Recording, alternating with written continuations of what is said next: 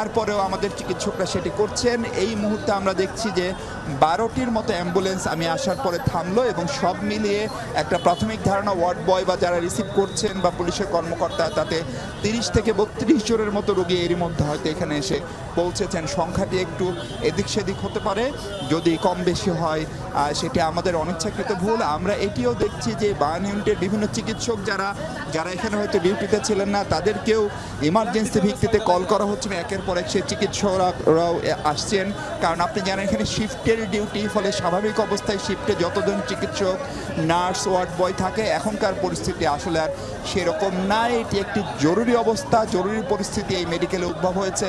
ফলে বার্ন ইউনিটের পরিচালক এবং কর্তৃপক্ষের পক্ষ থেকে হুইল চেয়ার থেকে শুরু করে সব ধরনের অ্যারেঞ্জমেন্ট করে রাখা হয়েছে এবং কর্তব্যরত বাইরে শিফটের বাইরে যে সমস্ত চিকিৎসক ছিল তাদেরকে তারা জরুরি ভিত্তিতে তলব করেছেন, তারা আসতে শুরু করেছে।